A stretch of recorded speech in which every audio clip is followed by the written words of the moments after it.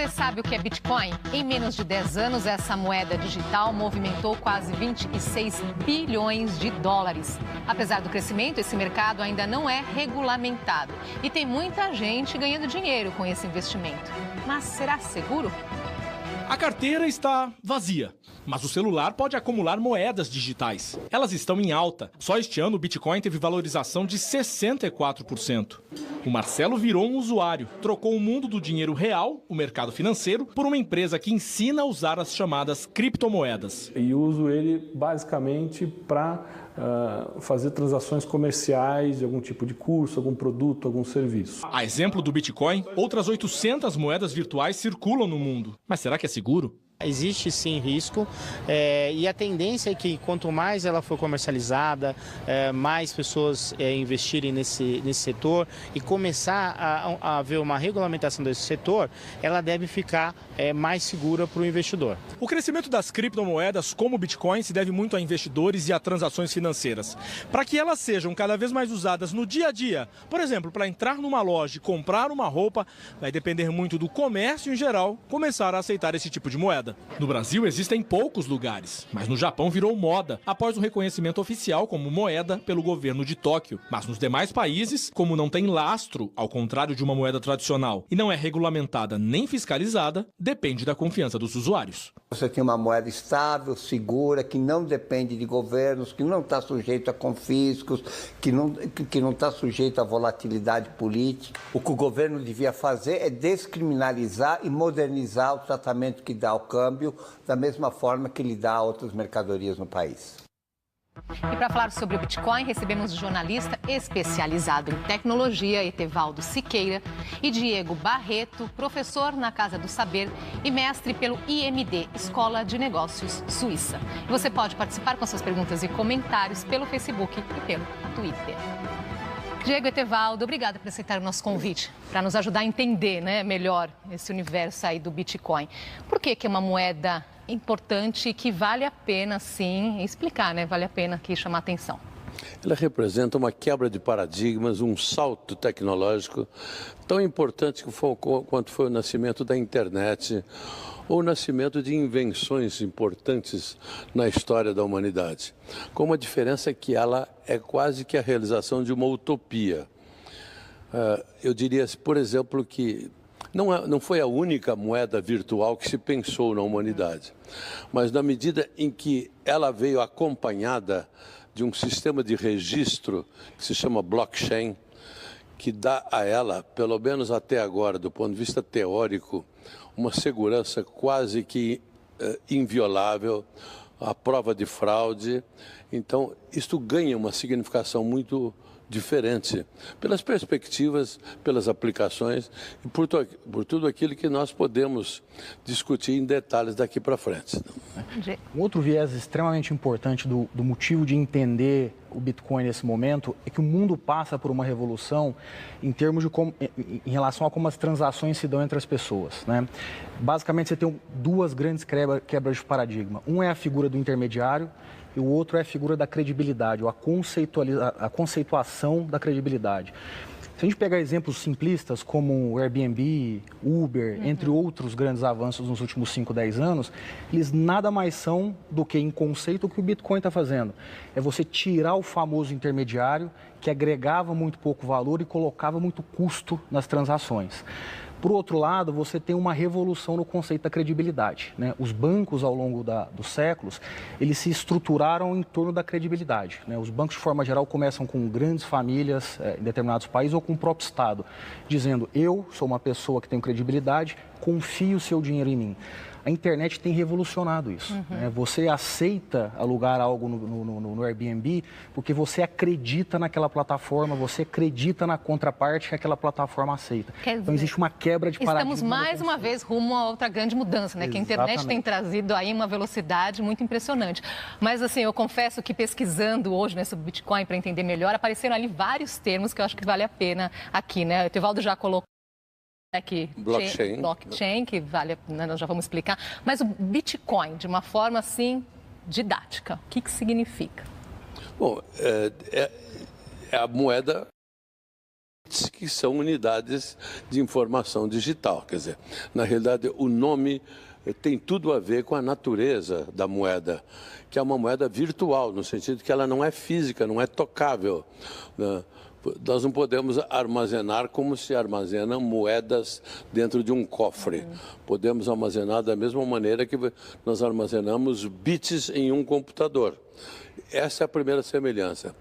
Agora, a grande função dela é realmente, na medida em que se estabelece uma relação de pagamento entre duas partes, é eliminar a intermediação, por exemplo, dos bancos. Em princípio, os bancos parecem ser resistentes à introdução de uma moeda virtual que elimine a intermediação. Todos os que trabalham com intermediação vão impactar. Já do ponto de vista do sistema de registro, o livro-razão contábil do Bitcoin, os bancos estão altamente interessados, porque o blockchain pode dar muito mais segurança a depósitos, a documentação, e não só no âmbito bancário. Blockchain vai poder ter... O que é o blockchain? Blockchain é uma cadeia de blocos, quer dizer, na realidade é um sistema em que todas as informações criptografadas da moeda ou de outros valores estão distribuídas em pontos diferentes, não necessariamente num supercomputador.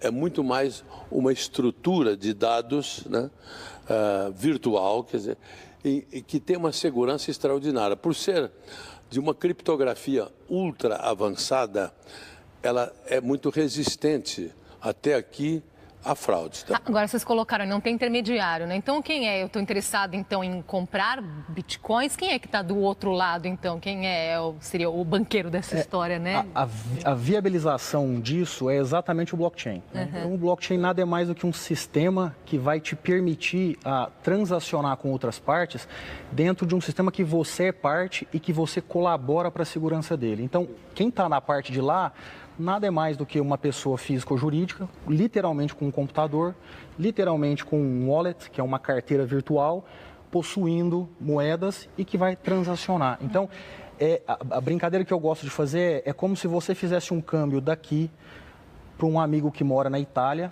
só que todo esse processo que você tem que fazer hoje num câmbio tradicional, você faz de uma forma simplista apertando um botão no computador. Quer dizer, então, por onde começar? Eu estou interessada, então, em comprar bitcoins. O que eu devo fazer? É como procurar uma corretora, por exemplo? Qual que é o primeiro passo? Bom, o primeiro passo é encontrar exatamente o endereço, a primeira porta de entrada. Isso é uma coisa curiosa, porque isso não é muito divulgado. Mas de que maneira, por exemplo? Eu sei como entrar no Google, sei como entrar no Facebook, eu tenho meu endereço lá, eu tenho uma opção de coisas. Eu não sei, talvez o professor pudesse dar como é que uma pessoa, aquele fraudador que pede um resgate em bitcoins, né? A vítima, como é que faz para depositar esses bitcoins? O início da sua participação, ela é tão simples quanto entrar num site, fazer um cadastro, passar seu cartão de crédito e adquirir bitcoin. Então, é literalmente procurar qualquer prestador de serviço que faça isso na internet, como se fosse um banco.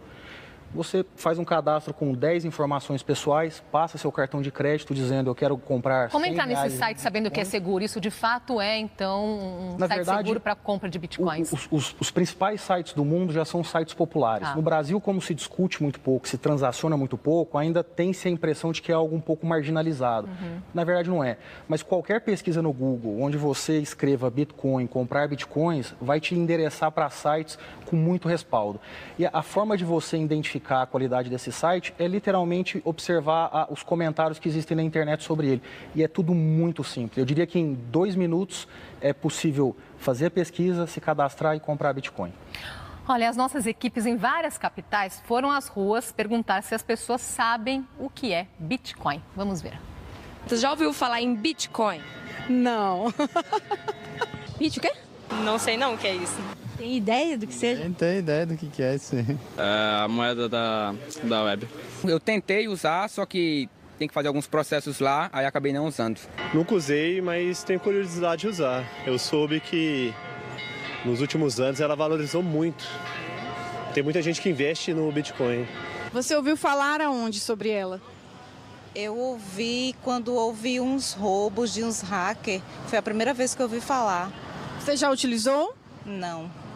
Nem confiaria em utilizar, porque eu acho uma insegurança muito grande. A gente tem leis para tudo, mas a lei para a internet ainda é muito fraca, então eu morro de medo. Olha só, pelo retorno, né, a maioria diz que não foram em várias capitais que não desconhece o Bitcoin. E entre os que conhecem, tem muitas as dúvidas. A moça ali, nossa, eu morro de medo de usar, será mesmo segura?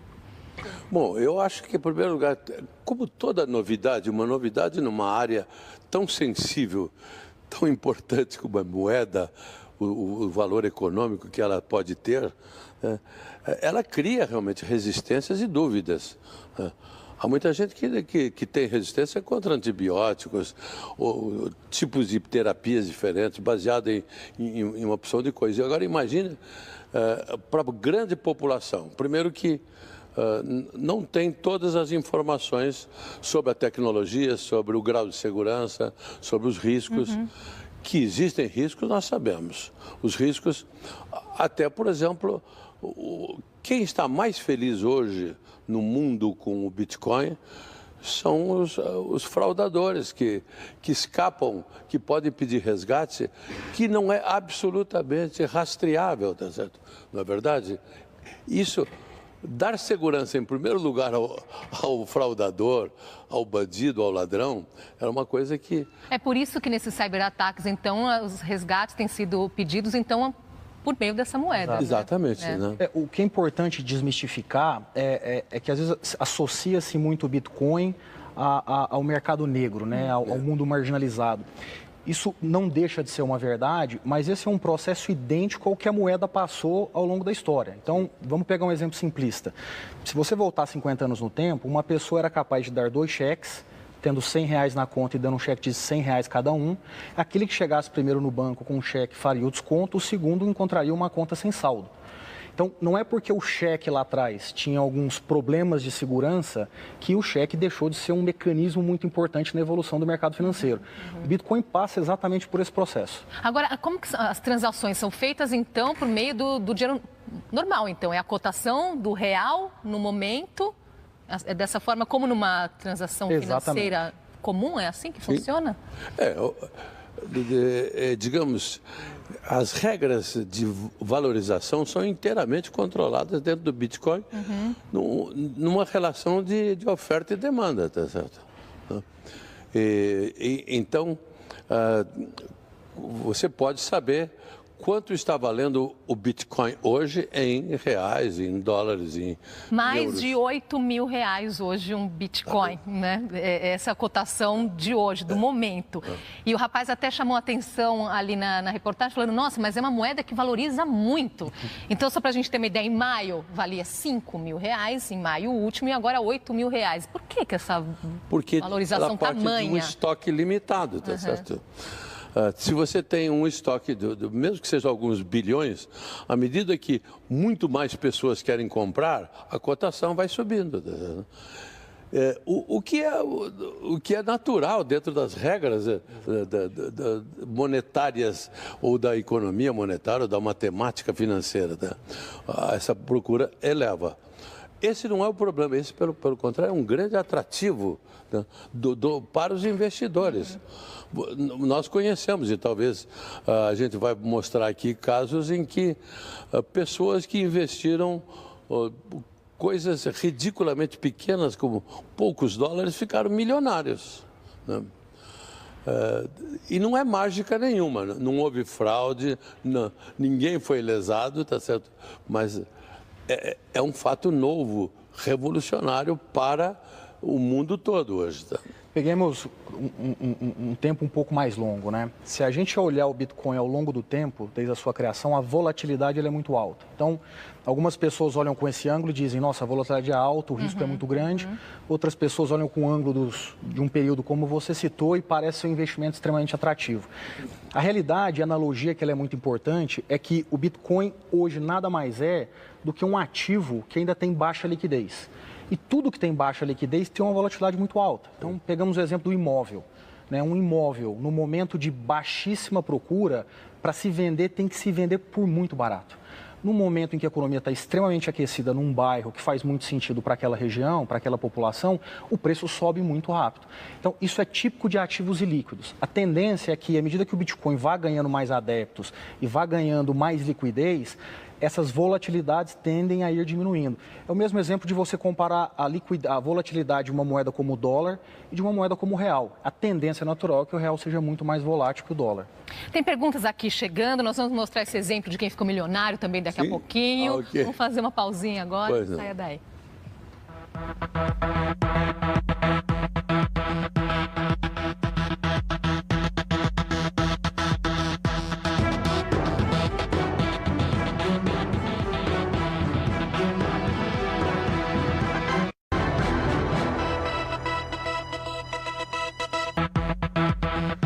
Estamos de volta com o JC Debate, conversamos sobre o Bitcoin com a gente, o jornalista Etevaldo Siqueira, especializado em tecnologia, e o professor na Casa do Saber, Diego Barreto. Tem dúvidas chegando aqui pela internet. O Beto Machado pergunta, e para onde vai o dinheiro que eu compro o Bitcoin? Onde esse real fica depositado? Quero, de novo, fazer uma analogia simples para explicar. Quando você entra em um site de pontos, né, que hoje é cada vez algo mais comum para o brasileiro, e faz uma compra e recebe pontos, você depois usa esses pontos para comprar produtos. Então, esse pontos fica armazenado numa carteira virtual daquela loja que te oferece isso. O Bitcoin é muito similar, né? É uma moeda, é diferente disso, mas a lógica é a mesma. Você literalmente compra um dinheiro, o Bitcoin, que fica armazenado numa carteira. Quando você transaciona vendendo ou comprando, isso vai literalmente subtraindo ou adicionando no seu extrato. Tão simples quanto isso. Nós vivemos num mundo de armazenamento virtual também, que a gente chama computação em nuvem, e que, na realidade, embora muitas piadas foram feitas na internet sobre onde está essa nuvem, até uma ex-presidente da República discutiu muito num vídeo o que é essa tal de nuvem, como é que pode ter informação guardada na nuvem. Na realidade, a nuvem é um símbolo dos gráficos antigos. Você tinha ligação entre computadores e a internet era considerada a nuvem. Tá? Hoje, a nuvem, do ponto de vista físico, são os grandes data centers, são aqueles, digamos, a infraestrutura que armazena informação em grande quantidade. E isto é uma infraestrutura vital no mundo hoje. O mundo que tinha há 10 anos alguns milhares de data centers, hoje tem alguns milhões. Tá certo? Adoro esses exemplos que eu acho que fica tão claro de entender, né? Vamos a mais dúvidas. Uma das perguntas vem de Rio Branco, no Acre. Recentemente, sites foram atacados, sites que se autodenominam bancos, né? Foram atacados por hackers e roubaram bitcoins, porque não tem uma certa segurança até então sobre essa moeda, né? Assim, a minha pergunta fica, como é que eu armazeno o Bitcoin de forma segura? O que foi roubado, de fato, não foi o Bitcoin da carteira de alguém, né? O que foi feito foi uma chantagem em que alguém teve que pagar com bitcoins para poder sair daquela chantagem. O que é muito comum hoje é, por exemplo, roubar a sua senha e dizer, me paga que eu devolvo sua senha. É evidente que isso é algo muito negativo, mas, de novo, por analogia, vamos olhar o que acontece com o dinheiro. Quando se sequestra um ser humano e se cobra uma entrega em dinheiro, o evento é o mesmo.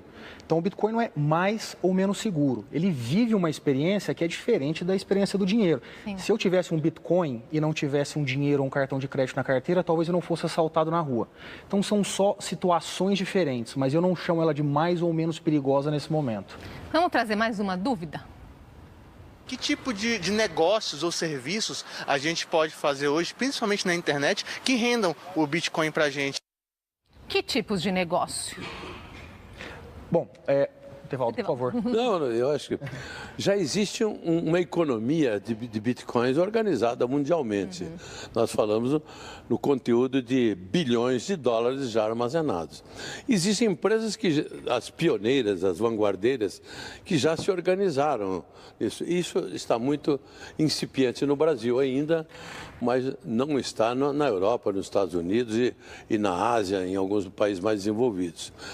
Como toda novidade de grande impacto, né, mas também com grande dificuldade operacional para as massas, pela complexidade, etc., o Bitcoin não se populariza numa velocidade tão grande para permitir, como se nós trocamos de moeda em 1994, passamos por uma moeda intermediária, como é que se chamava a moeda? O RV. Tá? E depois para chegar ao real, tá certo? Isso foi altamente didático, foi inteligente, foi um caso original.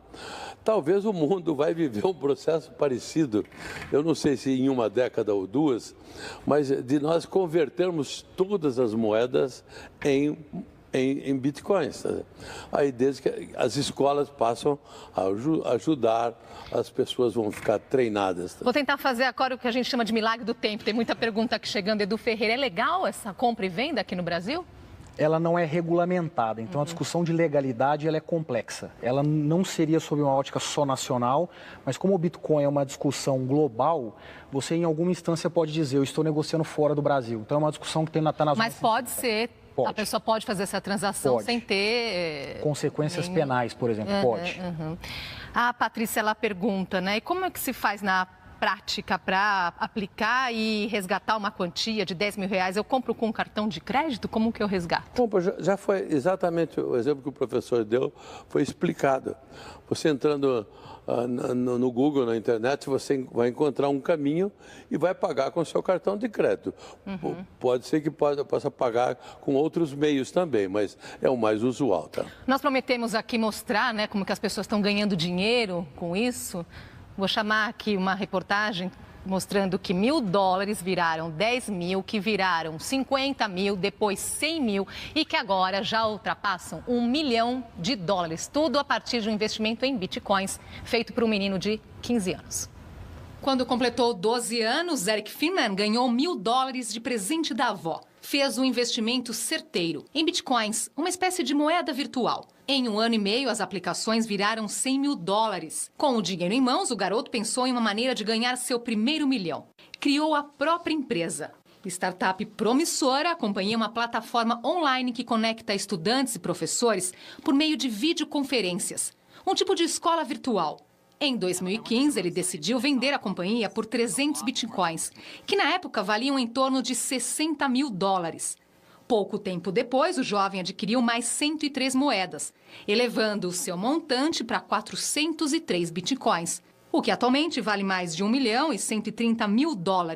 Eric contou o segredo. Na internet, você pode criar qualquer coisa, não importa a sua idade. Acho que vale de qualquer forma que fazer um alerta. Não significa que todo mundo que vai investir agora em Bitcoin vai da noite para o dia ficar milionário, né, Tevaldo? O momento é outro, tá? Aliás, em economia existem momentos estratégicos ou não. No início, realmente, poderia ocorrer fatos desses. Eu duvido que exista hoje a possibilidade de um crescimento tão exponencial como nós vimos no caso desse menino. Gostaria que o menino fosse eu. A única coisa. Eu sou muito mais conservador, principalmente conhecendo, não duvidando da tecnologia, mas à medida que a gente conhece, a gente vai ganhar uma confiança maior, mas para um uso normal das pessoas. Então, aqui agora, para as pessoas que estão nos assistindo, quando é que vale a pena investir? Nesse momento, vale a pena investir em Bitcoin? Vamos separar de duas formas. Se você quer transacionar, vale a pena sempre. É transformar e comprar alguma coisa numa loja que eventualmente aceite, como se fosse uma moeda normal. Então essa loja aceita o Bitcoin, eu faço essa transação e faço a compra no momento. Recebe um produto. Para isso vale a pena. Bitcoin vale sempre a pena, como qualquer moeda.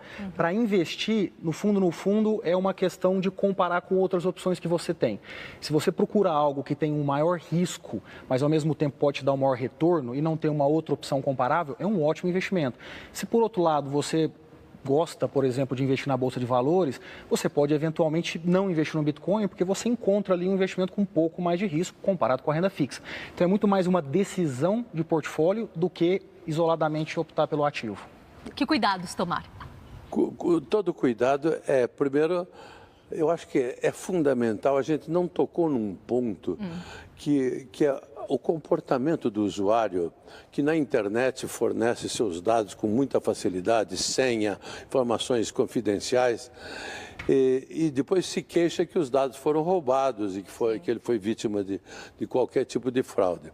95% das fraudes que ocorrem em todo o sistema financeiro, principalmente atual da internet, decorrem da falta de atenção, de cuidado ou de informação do usuário. Então, os outros é que são muito mais tecnologicamente mais difíceis de ser. Mas o futuro aponta no sentido de que logo mais eu quero fazer uma compra, mas eu aceito moeda virtual? Sem dúvida alguma. Sem dúvida, isso vai ser mais rápido que talvez em 2 ou 3 anos você vai nos chamar aqui para a gente conferir algumas previsões. Maravilha, as pessoas aqui estão elogiando muito a nossa conversa de hoje, dizendo que cada dia é um tema diferente, esse é o nosso desafio mesmo. Muito obrigada pela aula de hoje e até uma próxima. Obrigado. Muito obrigada pela sua companhia, uma ótima tarde para você, bom fim de semana.